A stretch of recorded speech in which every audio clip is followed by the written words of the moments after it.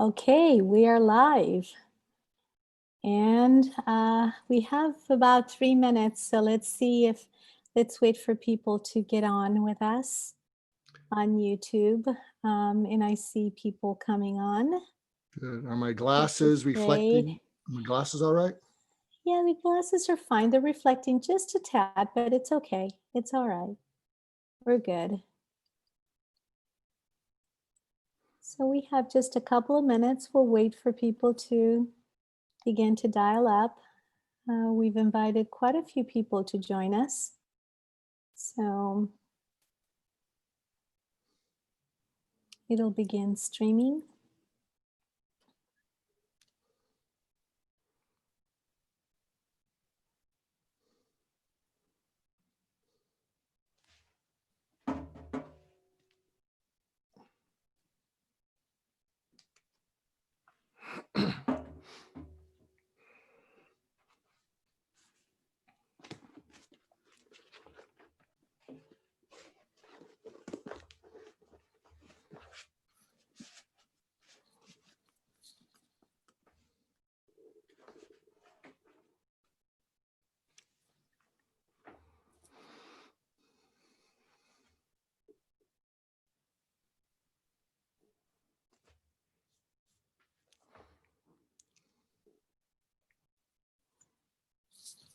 We'll just wait another minute or so, and then we'll get started right on time.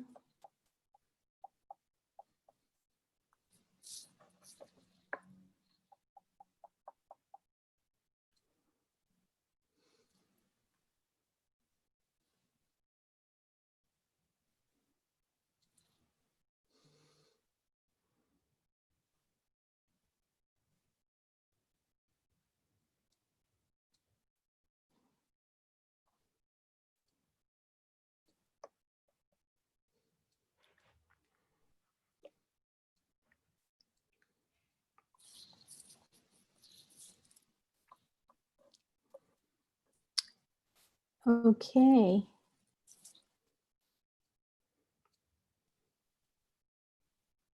Let me make sure everybody can see it.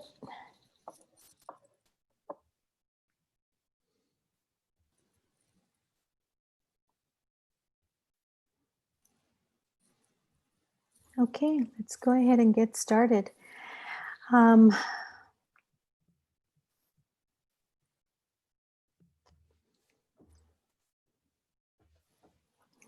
Okay, so good morning, everybody, and good morning, Dr. Mark Goldstein. I'm so excited to have you with us this morning. So we're going to be talking with Dr. Mark Goldstein this morning about overcoming resistance to change.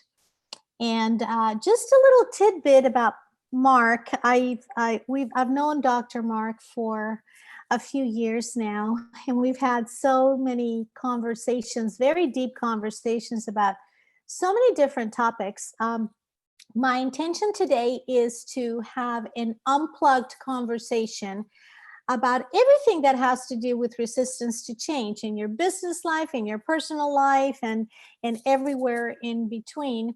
And so Dr. Mark Goldstein is an author of 7 books, and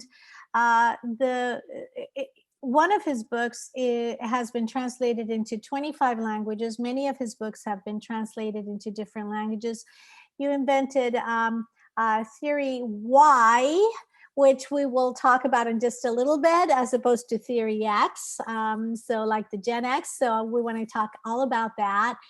You've written a book on Get Out of Your Own Way. So listen to the titles, because that tells you a little bit about Dr. Mark. Get Out of Your Own Way, Talking to Crazy.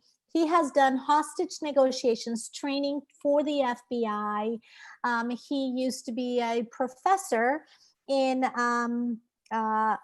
here in Southern California, in Los Angeles, at a major university. And he has been a lecturer all over. He has been a speaker, an international speaker.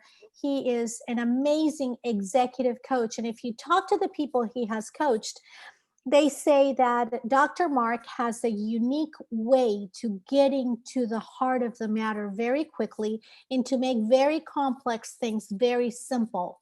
And so today we're going to be talking about overcoming resistance to change. And we're going to go unplugged, Mark. We're going to just go unplugged. And I want to talk about the things that, some people talk about over on the surface. We have a full hour, so I want to go deep into some of the topics. So let's start with your theory why and what theory why is about. Can you explain to us what that is? Well, it's not my theory why, it's theory why executive coaching. And there was a book written called The Human Side of Enterprise by a fellow named Douglas McGregor. And I consider him my grand mentor, even though I never met him, because he was the mentor to my last mentor, a fellow named Warren Bennis. And Warren Bennis was one of the main thought leaders in leadership in the last 50 years. And what The Human Side of Enterprise, which was written in 1960, is about, and Doug McGregor is credited with starting the whole field of organizational development. In that book, he coined the phrase Theory X and Theory Y. And Theory X was, people want to get the most for the least effort. You got to hit them with a stick. They're lazy. They're undisciplined. You better stay on them, while the cat's away, the mice will stray. But Theory Y is, no, people are good. People want the potential to grow. People want the potential to master skills. If you give them the chance to do that, and you give them the opportunity to do that, not only will they give you a good day's work, they'll give you something that we now call a unicorn, which is loyalty. And so Theory Y, executive coaching, and it's interesting. When I coach people, the people who seek me are the coachees. It's not the companies. In the past, what would happen, and this is more Theory X, is companies would assign a high performer that they didn't want to lose. You better go get some executive coaching because you make us a lot of money and you run the IT department, but you rub people the wrong way and you're exposing us to too much risk, but we want to keep you. And what I discovered is when people were assigned to be coached, but they knew they had their company over a barrel, they weren't the most motivated people. And what I've discovered as I've gotten older is it's really important for me to only work with people that I root for or that I can come to root for. And people who give other people a hard time, and take delight in it, I can't root for them. So I don't deal with them. And Theory Y is people reach out to me and they say, I'm not reaching my full potential. I'm technically really sound, but I rub people the wrong way. And I don't mean to rub people the wrong way. I think what it is I'm anxious, I'm nervous, or I feel pressure and I take it out on people. And then afterwards I beat up on myself like I did it again. So I love helping these people to develop their full potential, not only technically, but as a human being. And so Theory Y, executive coaching, is for people who are the leaders of the future. And what I tell them, and if you go to LinkedIn and look at my profile, you'll see what it's about. But I don't know if you'll agree with me, Betty, but I think the world is not just hungry, it is starved for leaders who engender in other people trust, confidence, hope, and respect. Trust, hope, confidence, and respect. And why respect? Because when you respect someone and you say to yourself, it's an honor to work under this person, Yes, that creates performance and loyalty. that's a huge some one. of the great NBA players who played under Coach John Wooden at UCLA, some of them will say the best years of my whole career was when I played for Coach Wooden, because it was such an honor to play for him at UCLA. So I only coach people who want to, and it's interesting, it's very simple. And if you're listening in and this appeals to you, you don't even need me. This is all you have to do is if you want to be committed to this, you say to yourself, at every interaction I have with other people related to my and you can actually relate this to your personal life. I want to leave them feeling more trust, more confidence, more hope. And I hope they'll respect me more, because if they respect me more, then, they're probably going to want my esteem, and they're going to actually do more. And so rate yourself. Don't beat up on yourself. And rate yourself on a scale of 1 to 10. Did I increase people's trust, confidence, hope, and respect? And if I didn't, what can I do differently the next time? And that's what I coach people to do. So right now, Mark, we're in the middle of a lot of stress. There are a lot of things that are outside forces that are getting to people. You have the economy. You have the different changes with the jobs being lost, jobs being gained, new job. I've just been laid off from a job, or I've just gotten a brand new job. I'm going into a brand new place. My kids are now going back to school, and they're not leaving my house. I'm still having to take care of my kids. I'm having to also run my own business and make sure that all my employees are doing well. And oh, by the way, I have a wife at home, or I have a husband at home, and I may have even some parents that are still at home.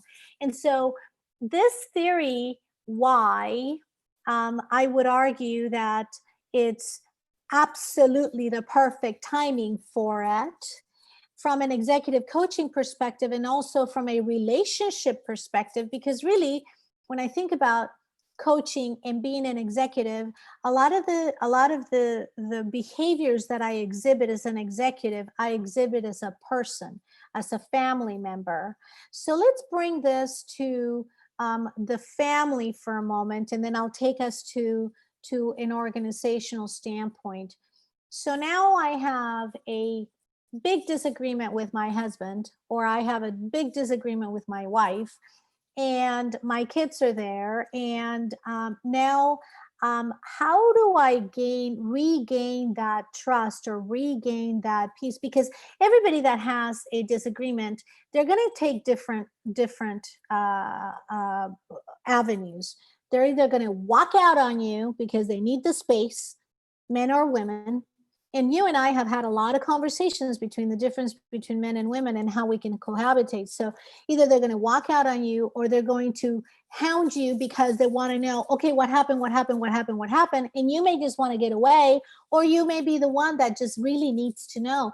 Tell me what happened so that I can understand it. And then you have the other person kind of walking away. How do you do this? How do you bring that couple back together? How do you bring two people back together when something happened and the trust is just gone? So I'm going to give you some practical, tactical things that you and people listening in can apply. But you said a lot there, Betty. So I want to address the big, what do we do with all the overwhelm? How do we deal with it? And people remember stories. If you're listening in, people remember stories. So a friend of mine was a fellow named Bob Eckert. Bob Eckert was the CEO of Mattel some years ago, and he led it through some of their best years and also through some of their toughest years. And I was talking to Bob about his leadership. It has to be over 10 years ago. And he told me this story. I said, how do you stay centered and calm? For instance, he was there during the lead paint problems at Mattel. And this story has always stuck with me. He said that before he was at Mattel, he was the CEO of Kraft Foods in Chicago. And he said when he joined Kraft, one of his first positions was being the president of the cheese division. And the cheese division is the biggest part of Kraft. And there he was. He grew up in Chicago. Kraft was in Chicago. And the price of dairy products went up. And so the price of cheese went up, and then they went down, and all the independents lowered their prices, but Kraft didn't, because written into their bylaws or whatever is that they didn't lower prices. He had no control over it. And there were all these front page headlines in Chicago, heads are going to roll, they're gouging prices. And he was just in a funk. And then he said, there was a Sunday when he was watching an NFL game with the Cincinnati Bengals, and there was the coach of the Cincinnati Bengals had just lost 10 games in a row. His name was Sam Weiss. I'm probably mispronouncing it. And he was just staring. And Sam had taken the Bengals to the Super Bowl 2 years earlier, but this year was a terrible year. And so Bob said he was just staring, and the reporter said to Sam, "Hey, Sam, you're going to be fired on Tuesday. What do you think about that?" And Bob said, "I was just staring into the television." And he said it was as if Sam was speaking to me. He said, you know I'm going to be fired on Tuesday. I know I'm going to be fired on Tuesday. Everybody knows I'm going to be fired on Tuesday, but that doesn't matter. What matters is what can I do between now, Sunday, and Tuesday to make the Cincinnati Bengals a better team? And Bob said it just hit him. And his way of dealing with life, which gets back to overwhelming your question, and you can try this before you go to bed at night. If you say to yourself, what can I get done tomorrow that'll help my company? What can I get done tomorrow that'll make me a better husband, wife, dad, mother, friend? And I think if you frame it that way, you can change it in the morning. And it's different to say, what can I get done by the end of tomorrow, is a different way of really centering yourself. You write it down. And that's different than saying, what can I do? When you say, what can I do? Yes. It's like a to-do list that nobody pays attention to. Yeah, because when I say, what can I do? It can be something that can begin and has no end. But what I hear in your words is, what can I get done? It's short. I can put a check mark on it and it can get done. I totally can see that. Okay, so what can I get done tomorrow? So it's basically, what do I have control over, right? But what do I have control over that I can finish now, so that I can feel like I have control over it? Is that what it is? That's it. And so let me give you, I'm going to tee up the promise tip that people can use. And what I'm about to tell you is, people have shared with me that it's magical. And I don't believe in magic, but I'll take the compliment. And so here's exactly what you do. You if you're getting into an argument with someone, you let them say something, let them have the last word. You pause, you look them in the eye, and you say, I'm going to give myself a timeout right now because I don't know how to make this better and I don't want to make it worse. Oh, wow. And you say, I'm going to do that and then I'll come back. And that's exactly true. I mean, if you've been in one of these things, most of us don't know how to make it better. And we often will make it worse. And then give them a time. You could say, I may come back later in the day, depending how I calm down, but it may be tomorrow, but I'm coming back. I'm not just giving you the silent treatment. And then you get to leave. You could say, and then if they say, well, you're always leaving, whatever, you could say, no. I don't want to make it worse. I don't want to go there. So you leave, and here's the hack. It's called WFUD. Should be a radio station. Maybe we'll start one. Maybe we'll start a Facebook group. And here's what WFUD stands for. So on the next day, they're going to be kind of curious what you came up with. And what you say to them is, I think I have a way that might help us. And they're going to look at you because they're, cynical. Yeah. Prove it to me, show it to me. And you look them in the eye, and here's the WFUD. You say, at my worst, how frustrated, upset, and disappointed can I make you feel? They're going to go, what? Yeah, at my worst, how frustrated, upset, and disappointed can I make you feel? And feel bad about us, feel bad about yourself, maybe even feel that it was a mistake for us to be together. And what's going to happen, and then you watch them.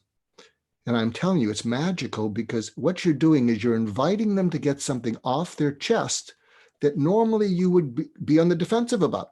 Yes. If they said, you do this and you do this, Generally, when you escalate, you say, well, you do this and you do this, it makes it worse.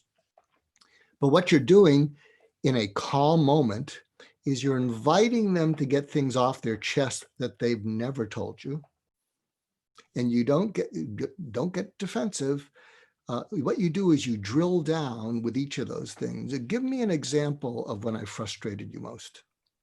Now, the question is, though, and I totally get it. I love what you're saying, because what that's doing is you're opening up a trusted environment or a trusted space for them to finally tell you what's on their mind anyway, right?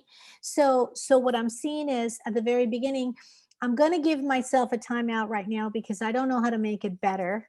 And I don't know, I don't want to make it worse. That's exactly what we say in our heads. So what you're saying is, bring out whatever's in your mind and talk about it, but make it in a safe environment, because it's already volatile. So you need to be able to calm it down. Now, when you say drill down on each one of them, so tell me, when I make it frustrated, there are two different ways of saying that, right? Well, can you tell me when I make you frustrated? I really want to know. Or just tell me when I make you frustrated. So those are two different ways of doing it. You've got to be really careful that you are nice and calm when you come into the conversation.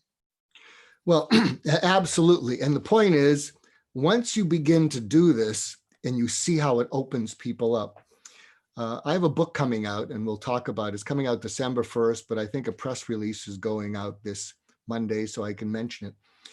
And it's called Why Cope When You Can Heal, How Healthcare Heroes of COVID-19 Can Recover from PTSD. It's coming out from HarperCollins. I'm co-authoring it with a wonderful woman named Diana Hendel. She was the CEO of Long Beach Memorial Hospital. And when she started being a CEO, one of their employees of the month came in and killed his two supervisors and himself. And she just led that hospital back to stability and prosperity. And what I'll be introducing, and it gets to what you're saying, and what we're introducing to the world, but I'll introduce it now, is surgical empathy. So WFUD is a tactic of surgical empathy. You're going in, and what you're doing is you're draining kind of an abscess of resentment. You're going in and you're draining it. Yet tell me how I've frustrated, upset, and disappointed you. And with each of them, stay with each of them. Give me an example of it. And that's important, because when they tell you an example of it, here's another insight. When a person can tell you and describe something so clearly that you, as the listener, can see it, they re-feel it. So when they get really specific, you did this or you didn't do this at such and such a time, what you're going to see, if you're not reactive, you're going to see they're getting things off their chest. Now, they may aim it at you and you did this. And the reason you want to go frustrated, upset, disappointed is everybody will talk about being frustrated, because everybody's frustrated. But if you said to someone, tell me about, you seem angry, tell me about being angry. I am not angry. People get defensive. Yeah. So it's like the layers of an onion. And so give me an example. Wow, I can understand that. Give me an example of what I've done that's most upset you. That's getting the anger out. Mm-hmm. If you watch them, they're calming down. And then you say, finally, give me an example of when you've been most disappointed in me. And when you watch it, they're often going to tear up because you're giving them such relief. And so that's an example of surgical empathy. And then what you do once they say that, it's just like what Dr. Betty does. You review it. You show them, because this is too important for me to not get it right. What you said you were frustrated about is this. What you said you were upset about is this. What you said you were disappointed about is this. Is that correct? Yes. Yes. And then you say, going forward, what can you and I do so you don't have to go back there again? What do I need to do? And talk to me like I'm a 5-year-old. Don't say be a better communicator. If I'm a guy, I don't understand the word communication. It has too many syllables. Yes. But just tell me what you need to see me do and what you need to see me not do. And it might be something like, they might say, don't have to have the last word. Don't be such a know-it-all. Don't be. Yes. And then you repeat that back to them and say, this is too important for me to not remember. But can you see, as you're doing that, you're helping them get things off their chest. You're validating what they're saying. And I know you're involved in Washington a little bit, and something I would love politicians to do, but they're probably not going to do this, because I think it's what the country needs, is if there was a town hall meeting, you could do imagine a politician saying, I know you're a little frustrated about Washington. I know you're a little frustrated about politicians. I know you're a little frustrated about what we don't get done. At our worst, create a bipartisan avatar for all of us. This is not about Republicans or Democrats. Just create an avatar for all politicians. At our worst, how do we frustrate, upset, and disappoint you? Tell us what we do and what we need to do to be better. And then you listen and you drill down and you say, no, I understand you're angry. We'll get to that. But what are you frustrated about? Oh, I see that. What are you upset about? Wow. What are you disappointed? Oh, I'd be frustrated, upset, and disappointed with me too. So together, what can we do so that we can bring back trust, confidence, and hope, and respect and self-respect? I would love to see that happen. It's not going to happen. But let's bring this to the business and to the entrepreneurs. So if I am an entrepreneur, or if I am an executive, I mean, it plays out so nicely, Dr. Mark, what you are talking about.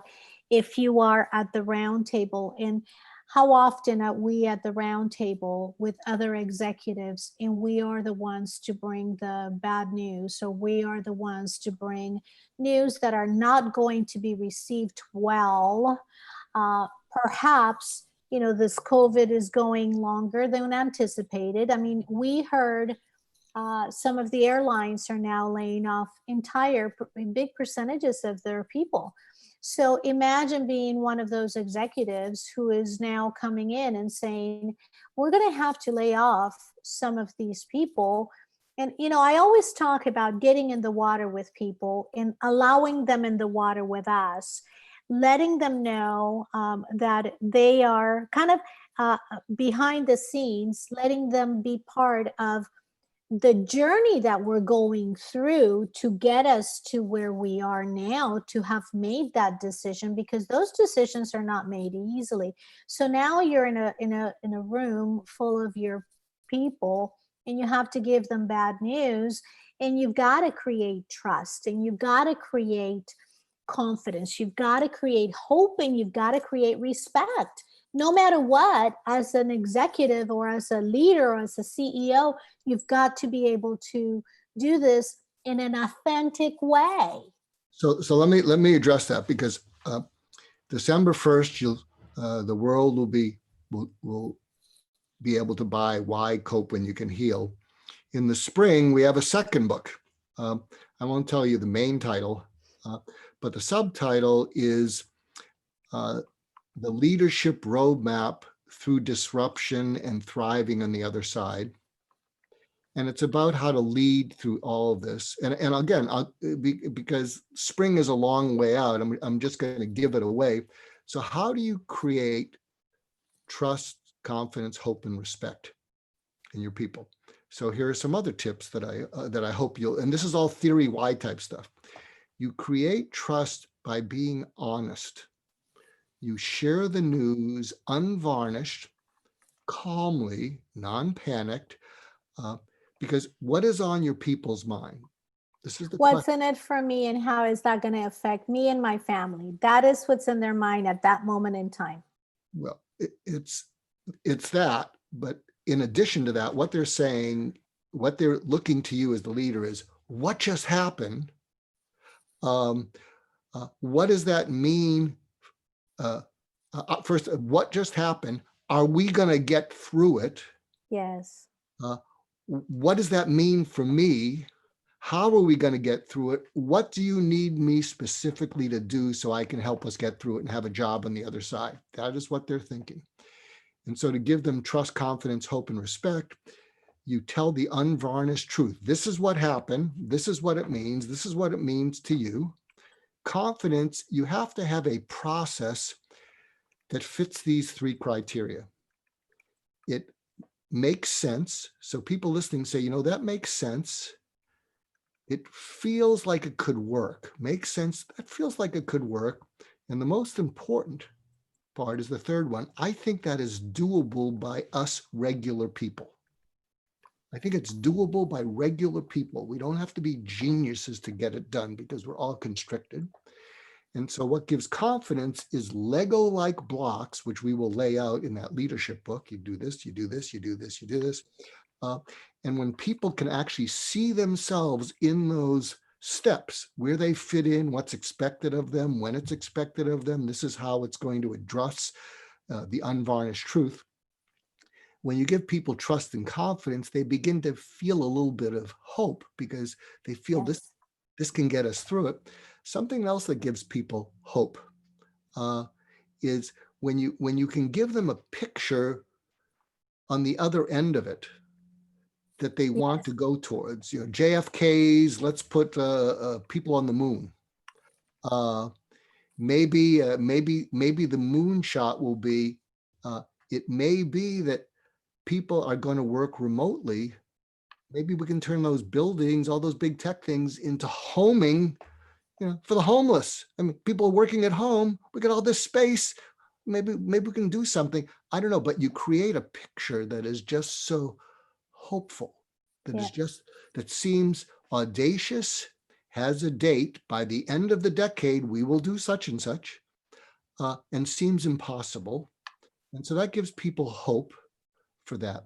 Now, what gives people respect is you need to be able to have the wisdom to know what's important and what's unimportant in life. You need to have the judgment to know what the right thing to do is and the wrong thing to do is. You have to have the integrity to do that right thing. You have to have the character to stand up for that right thing. And you have to have the courage to stand up to people who will try to derail it. And you do that, people are going to respect you. They're going to love you. They're going to be loyal to you. They're going to follow you. My late mentor, Warren Bennis, he had this quote. I don't know who was quoted, but he was saying, when Cicero talked, people listened. When Caesar talked, people marched.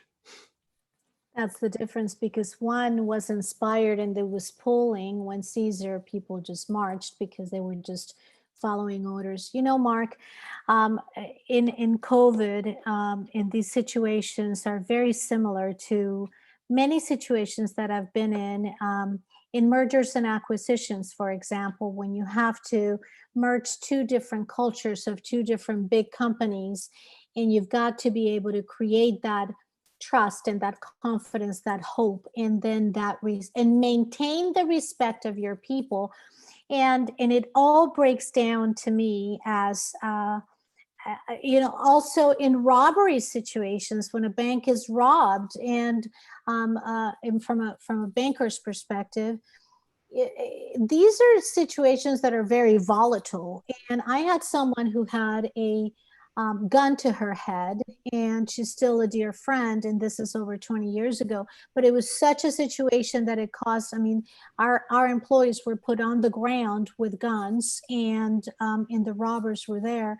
And so those are situations that are very extreme, and yet we follow the same formula that you just talked about, because I'm thinking being able to create an even better team on the other side. And you've got to understand, no matter what's happening right now, what is happening right now is giving you the tools to create a better team on the other side, to create a better relationship on the other side, to create a better marriage on the other side, a better with your children, with your spouse, with your employees, with your boss, with your corporation, with the other company that you're buying or the company that you're selling. You can actually do this and create a much better relationship. So let me just walk through the points that you just talked about, because I already, as usual, Dr. Mark, I have a page full of notes. So let me just reiterate what you just talked about so that the people that are watching can actually kind of take this in. So the first thing we need to do in surgical empathy is really understand it's like draining an absence, is what you said. It's, give me an example and be specific, and then have them refeel an example of when I was at my worst, when you were frustrated with me, upset with me, or disappointed with me. And then going forward, what do I need to do so that we don't get there? And then, but if you need space, you need to say to them, hey, I'm going to walk out because I don't really know how to make this better right now. We're in a situation that is volatile, and I really don't want to make it worse. So I'm just going to step away and I'm going to take some space. That gives you permission, and it allows the other person to understand what you're up to. But I love this formula of building trust, confidence, hope, and respect. What you said was being honest. And it's being in integrity with yourself first, and then with the next person, because you've got to be honest with yourself and understand, I may not agree with this, but this is the way we're going to do it because it's the best thing. And let me show you what's on the other side of this. And it seems to me like when you show them what's on the other side of it, you're showing them the vision, what you see, but you've got to be able to see it and believe it, right? You can't just say, okay, well, step number one, let me just tell you. It's almost like taking them in this journey of building confidence every step of the way. Mark, I've seen people make decisions that affect thousands of people and announce the decision all of a sudden as a big surprise. Tell us about that. Well, what part of that? What do you want me to unpack about that? Unpack how people will feel, because what happens is the people that are watching, either at home or at work, they will not want to make things worse, and so they don't say anything, and then all of a sudden they just lay the big rock on the table. I've got to talk to you. You're being laid off. I've got to talk to you. I'm getting a divorce. I'm divorcing you. I've got to talk to you. We're moving to another town, child. I've got to talk to you. So instead of taking them through the journey with them, they just kind of lay it out and just say it without taking them in the journey. So here are some, I believe in giving, I hope I'm giving some practical, tactical things. Absolutely, you are. It's amazing. Stuff that you can actually put into action. Something I'm going to live and die with. All my books have, at the end of the chapters, they have something called the usable insight. Because if you can't use an insight, it's not that usable. It can be, inspiring, but it's not that usable. So here are a couple of things you can do when you're suddenly surprised with alarming news. One of them I learned from a friend of mine actually recently.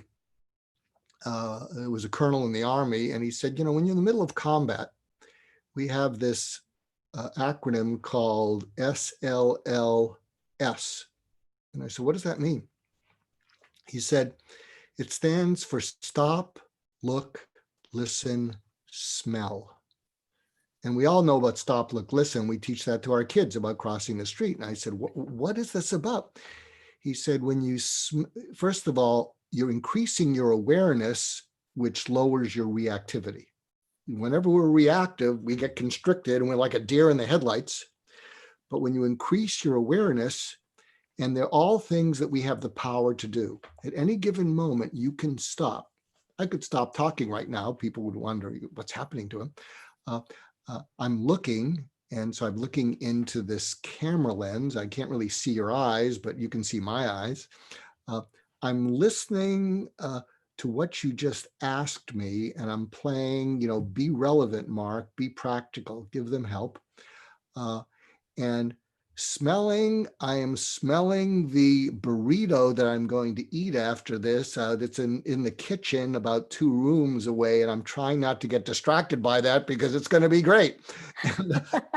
But increasing your awareness is a way to calm yourself down. Now, in my book, Just Listen, one of the chapters, there are a few chapters that were a little notorious. And that's why I wrote Talking to Crazy. One of them was Steer Clear of Toxic People. So there were 2 chapters in Just Listen that I get the most interviews about. Steer Clear of Toxic People. And the other one was How to Go from OF to OK. And we'll say OF is oh fudge. You can use other words if you want, but we're not going to use them here. But what happens is when something happens that alarms you, don't try to, sugarcoat it inside yourself. You say, oh fudge. And then the next thing you go is, oh, geez. And I'm not being sacrilegious. It's, Geez or so, oh, geez. And oh, fudge is, what just happened? This always, and oh, geez, this happens to me. And then the next thing is, oh, shoot. This wasn't a bad dream. It's something I got to deal with. And you take breaths between it. And then you go, oh, well, it's up to me. I got to do something. What could I do? What is one thing I could do? As Bob Eckert would say, what is one thing I could get done right now to not make it worse, to make it better? And then you see what that is. One of the things is, I could try the WFUD with someone. And then you go, okay, go. So those are both tactics that you can use when you get constricted because and I'll give you my 1 minute of neuroscience, and anybody, and please take me to task if you're a neuroscientist and say you got it all wrong, Mark. But usually when we're stressed out, our cortisol goes way up. There's something in our brain called our pituitary. It sends a signal to our adrenal glands, which pushes out cortisol that says, it goes like this to your body: prepare, prepare, prepare, danger. And then that sends a signal to a part of our emotional brain, and that's called the amygdala. And the amygdala then says to our brain, let's shift the blood to our arms and legs. Let's fight, flight, or freeze because we got to survive. And so a deer in the headlights, literally a deer in the headlights, is when the blood has gone into your survival brain and you can't think. And so what's happening is when all that happens, you're constricted. So when you hear bad news, you need something to calm yourself down. So I just gave you 2 hacks. This is my favorite one, because what really calms down stress is, in addition to the relaxation, but I think in better, is something called oxytocin. Oxytocin is the hormone associated with bonding. It's what causes a mother to bond with their screaming infant, because you're bonding. And oxytocin counteracts cortisol. Mm-hmm. So one of the things that I do, in addition to those hacks, is I call upon in my mind what I call the Dead Mentors Society. So I've had 7 mentors. They've all passed away. And my last one was this fellow named Warren Bennis, big leadership guy. And so when I'm really upset, I'll wake him from the dead and he'll say, Mark, I was resting in peace. What's this about? And then he just goes through it with me. Mark, what happened? Dot, dot, dot, dot, dot. So what do you think and what are you feeling? Well, I think it's, it's the beginning of the end. It's such and such. Take a deep breath, Mark. What does it make you want to do? And then in my mind, I'm telling him something impulsive that would be stupid, which might be having 5 burritos when I leave this instead of just 1. Right. And then he's saying to me, I understand that, Mark, take a deep breath. And he's smiling at me. I can feel him. He's saying, what would be a better thing to do? Eat 1 burrito. What happens is, see, it works for me because when I think of someone I'm grateful to, someone who believed in me when I didn't, someone who saw a future for me when I didn't. Uh, what happens is I start to feel grateful and I start to miss them. I can feel right in my eyes right now. I can start to feel blessed that that they took their precious time and spent it with me. And when you feel those things, gratitude, appreciation, and you were blessed, that's an oxytocin super burrito. And what happens is just feeling that helps me to just feel somehow less alone. My oxytocin goes through the roof, my cortisol goes down, and I can deal with situations. But that's just my preference, because I just think the power of thinking of those people who believed in us, had our back. To me, that's what's worked best. It's funny. I do that with my brother who passed away, and I learned so many lessons from him. And I do anchor myself that way. But you mentioned something. It does make me feel less alone, and it makes people feel less alone. And I want to go to a different place now. Let's pivot within this pivot, and let's talk about a place that is a very lonely place, a place that many of us are dealing with our loved ones or someone we know that has been there. And it's a place where most people talk about not knowing what to do to not make it worse, and feeling like you're walking on eggshells. It's a place when somebody that you love no longer wants to live, and Mhm. someone that you love wants to leave this world, and is thinking the unthinkable about their life. I'm going to end my life, whether it's a teenager, a child, or someone that is an adult, or a elderly. The elderly right now, they're feeling like, I can't see my grandchildren, and my whole purpose in life was just to live for my grandkids. In some of the Latino communities, in the Asian community, I mean, in so many different ethnic communities that we have here in the United States and all over the world, the elderly are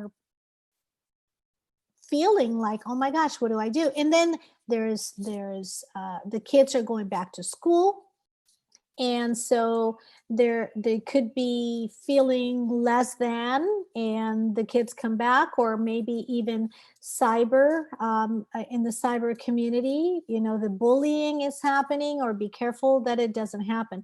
But let's just say somebody's feeling really alone, and somebody's feeling like they're wanting to take their life. So I'm going to give you a scenario, and I would like you to give our audience some practical tools, because you're so good at this. What do I do if my child, and if I know that my child, what are the signs? Let's start with that. What are the signs that my child is at risk? My teenage child is at risk, or my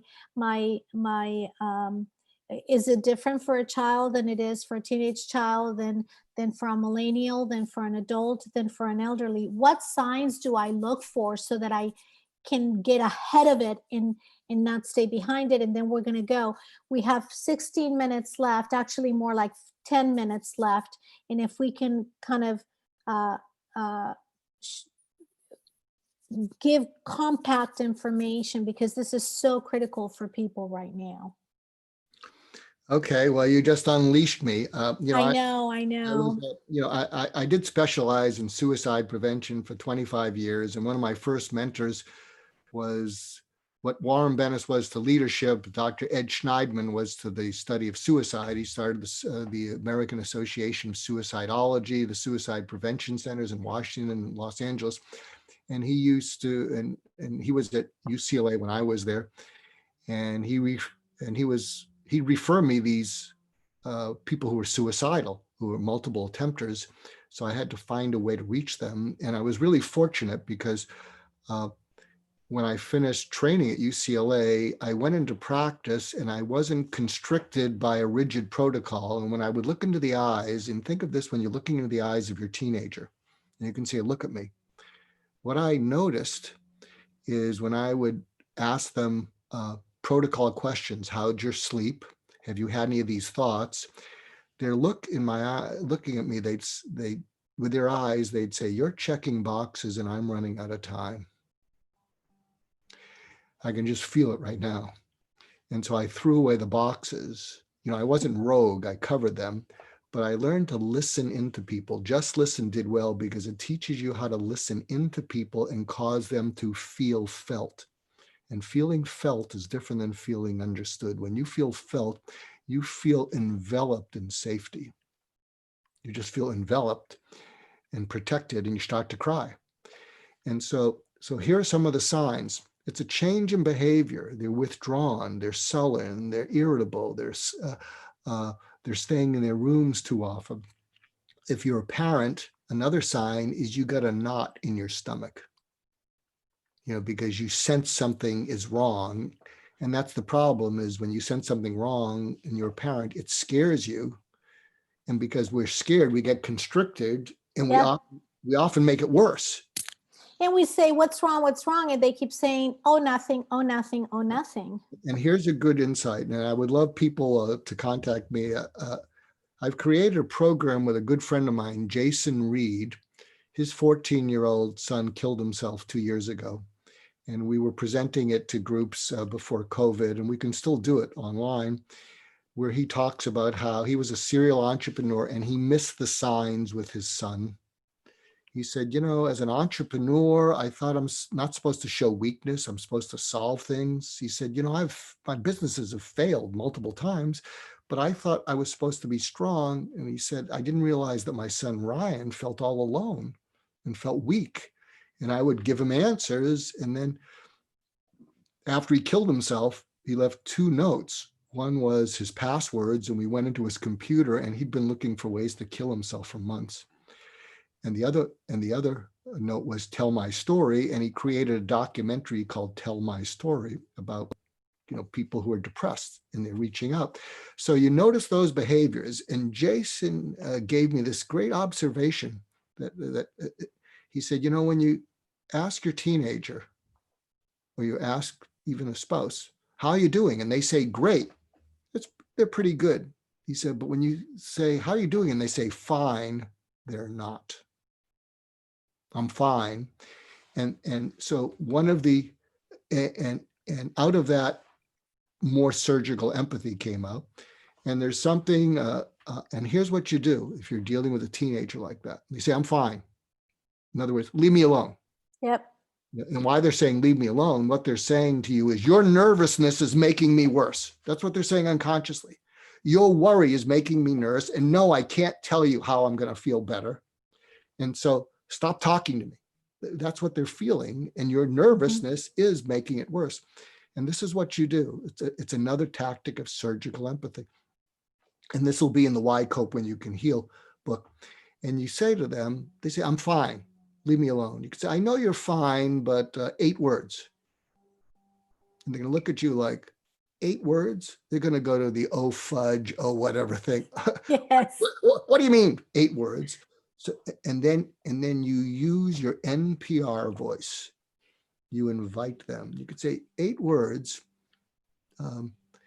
At your worst, tell me which of these is the closest. At your worst. Anxious, frustrated, depressed, angry, ashamed, alone, lonely, numb. And it could be other words too. And then have them pick a word. Anxious, frustrated, depressed, angry, ashamed, lonely, alone, lonely, numb. Yeah. And so let's say they say alone. Okay. Ashamed. You can say, take me to a time when you felt that at its worst. Because you're asking them to put a word with their feeling. They're starting to open up. And what you might say is maybe 2:30 in the morning, because that's when the devil does its work. It's 2:30. You can't go back to sleep. You're pacing around. You're looking for your parents' sleeping pills. I mean, you're not in a good place. No. And they bring that up. And what happens is that they begin to tell you it. They were all alone there. And you don't rush in. You want to drain the abscess. And so, or you do what I do with Warren Bennett. So what happened? So what happened exactly? What did you think So of tell feel me more. 2:30 in the Yeah. morning? You tell me more. What did you think of it? What did it make you want to do? Yeah. Well, I felt like, yeah, and you don't rush in. What did you do? Because you're here. Well, I just stayed awake and then the sun rose. And going forward, that's the hope. Going forward, and I'm so glad you're telling me, because as your parent, and when you become a parent and you get the owner's manual, it says you can't allow your kids to be alone in hell. It's right I there. love that. One I of the love that. And I want everybody to listen to this because we've had this conversation so many times, Mark. You can't allow your kids to be alone in hell. You can't allow your friend to be alone in hell. You can't allow your employee to be alone in hell. You can't allow that person to be alone in hell. Keep going, because they're alone. They're feeling very lonely at that moment in time is when that is the moment of truth. And then you're so afraid that you're going to do something wrong that's going to get them to just flip, right? Well, it's interesting because so there's a couple articles, if you're listening in, there's one called Surgical Empathy, the Save a Life Conversation. And it's really dark, but if you're worried about your kid, read the article, Surgical Empathy, the Save a Life Conversation, Mark Goldstein, you'll find it. And it shares this letter, which is in one of my books, from an incredibly suicidal kid. But you share that with your kid and say, read this. And then you do line item by line item to open up the conversation. I wrote another article right after Anthony Bourdain killed himself called Why People Kill Themselves, It's Not Depression. It got 500,000 views in a week. And what I wrote about there is I said, there's hundreds of millions, maybe billions of people who are depressed who don't kill themselves. There's people who lose jobs, they don't kill themselves. Yes, that can contribute to it. But what I've discovered after 25 plus years as a suicide specialist, and by the way, I'm a retired clinician, so I don't see people. I'm open to teaching counselors who think this is relevant, or teachers or coaches. I just did a talk with professional high school coaches last week about this, and so I just lost my train of thought. So Why people kill themselves. It's not depression. Thank you. Boy, you are a good listener. You must have read my book. I should read it. And what I said, and this is my observation, is that people kill themselves from despair. And if you break the word despair into DES-PAIR, they feel unpaired with reasons to live. They feel hopeless, without a future, helpless, powerless, useless, worthless, meaningless.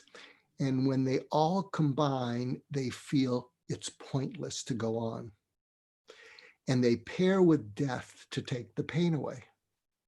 But if you can get in with them in the dark night of the soul and in the abscess of all that despair in the dark night of the soul, and you pair with them and cause them to feel felt, they will pair with them. Let's talk about that for a moment. We just have a couple of minutes, so really quickly. Pairing with them is when you give them the 8 words and they give you a word, they're leaning towards you.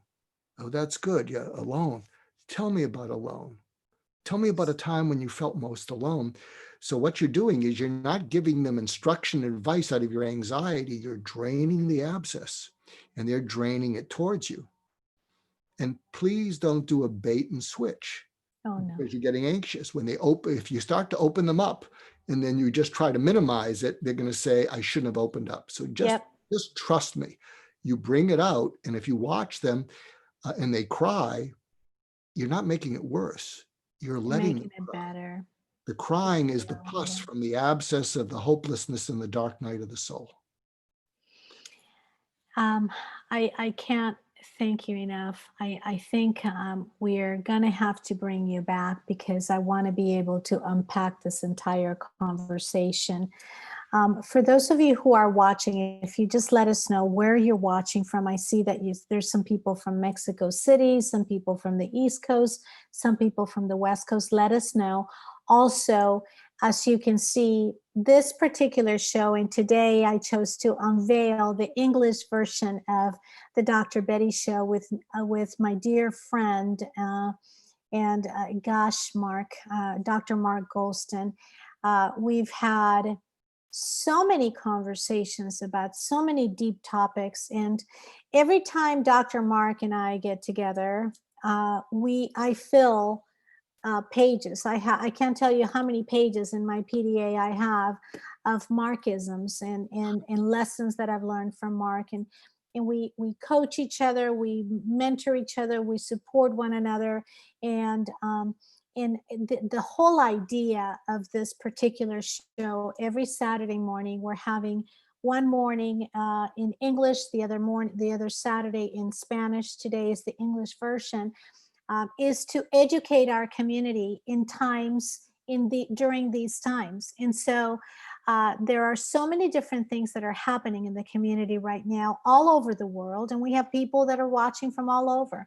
And thank you. You're putting where you're in. Give us some likes. I understand that. I guess if you give us some likes, I guess our rating goes up. So give us some likes and share this all over.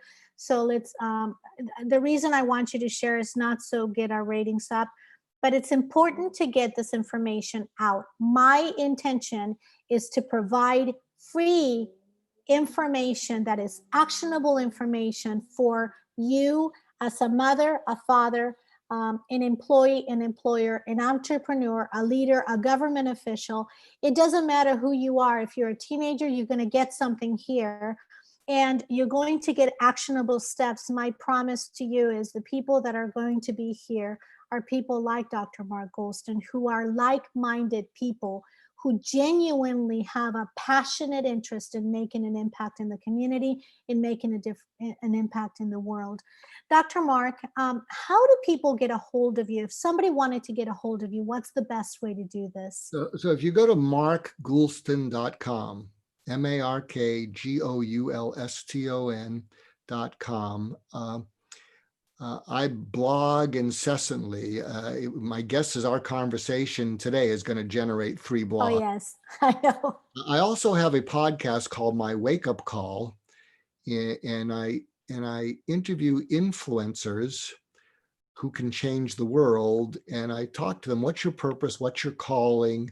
How did you get to that? And out of 135 interviews, 100 of the people said it's the most vulnerable they've ever been. And I tell people we don't have to post it.